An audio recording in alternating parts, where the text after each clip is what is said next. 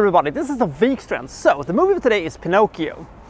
When I watched this movie the first time when I was 5 years old and on VHS, I said to myself, I don't really like this movie that much. It's not very good. I did have some issues with it, and when I rewatched it for the purpose of this review, I realized I had basically the same issues with it. But there was a couple of new things I hadn't realized before that I have even bigger issues with. One of the things I had issues with already multiple decades ago when I watched this movie the first time on VHS was Honest John, the guy that sells Pinocchio to the puppet show. He is not a dude.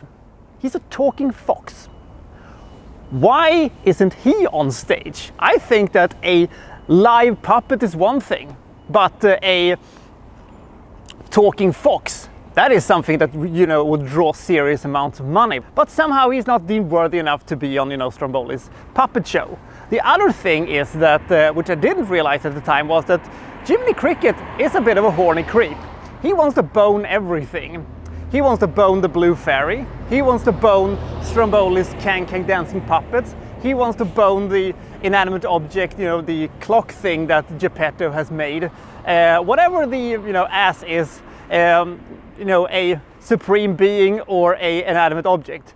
Jiminy Cricket wants a piece of that ass. The third thing, is concerning Geppetto. Geppetto sleeps with a loaded gun under his pillow. Why does Geppetto sleep with a loaded gun under his pillow? It's weird, and it's never explained.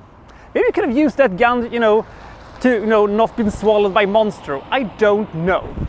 But that is just a start of small little issues, problems I have with this movie. I wouldn't call them really problems. I would call them observations, which would be worthy of questions, or I don't know. Anyway, I'm getting sidetracked. Let's look at Pinocchio, shall we?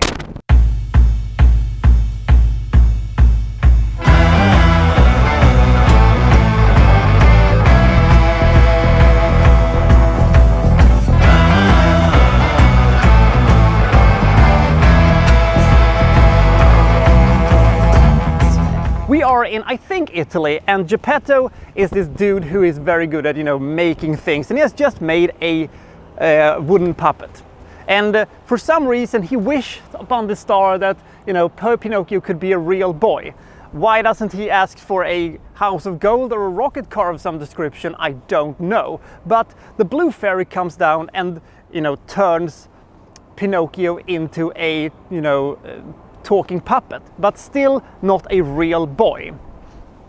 He, can become a real boy if he, is good and honest and, generally speaking, is a good person. So Jiminy Cricket is chosen to become his conscience, basically. By the way, Jiminy Cricket is bad at his job, which we shall see in a minute. By the way, why does Geppetto want to have, a real boy? He was never married. His sperms wasn't, good enough. I don't know. This is never explained. Why is it never explained? I don't know. Anyway, so it is going to be tricky for Jiminy Cricket to keep Pinocchio out of trouble. He's a bit of a dunderhead, and he, constantly gets into trouble. This is our story in a nutshell.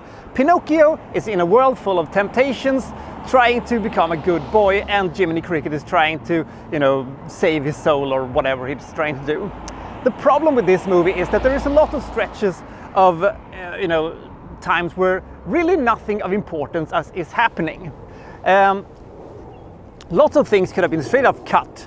Now, the same thing could basically have been said about Snow White and the Seven Dwarfs, and that movie turned out pretty okay. That is because they had such an amazing, finale of the whole thing. But still, just from a technical standpoint, this movie is absolutely fantastic. The animation is absolutely flawless. The animations, the characters, the emotions, it's all there. It is on par with Snow White and the Seven Dwarfs. So, with a bit of a luck and a bit of a really good emotional finale, you can still make this into a very, very, very, very good animated movie. On the upside, we don't have a lot of bad songs and stuff like that in this movie.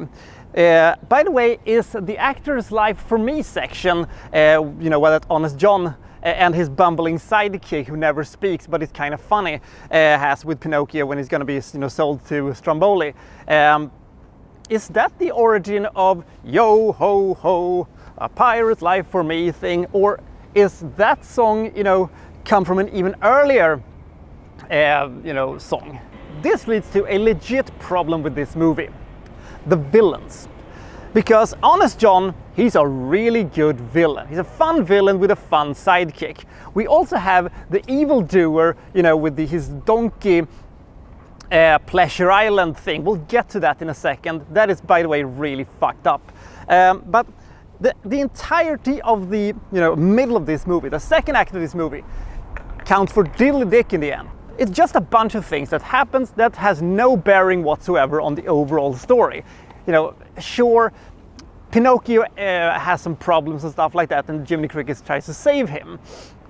But somehow it doesn't connect to anything. And the longer the movie went, the less I cared about whether or not Geppetto's dream about having a real boy was, granted or not. Then we of course have the most famous sequence in the entire movie, I think.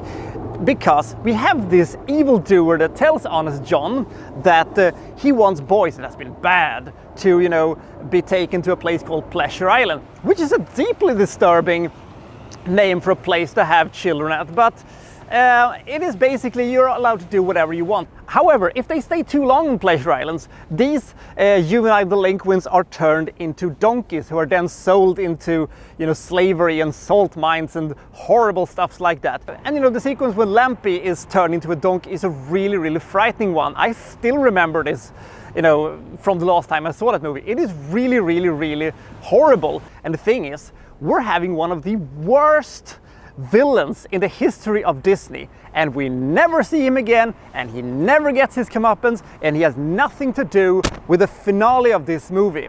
What the fuck? But then you're asking, well, who is the villain then in this movie? It's Monstro. And you're thinking, who the fuck is Monstro? Now, Monstro is a whale that swallowed Geppetto, Figaro, and the fucking fish. And this happened off screen, at the same time as Pinocchio has, experienced all of these weird things, the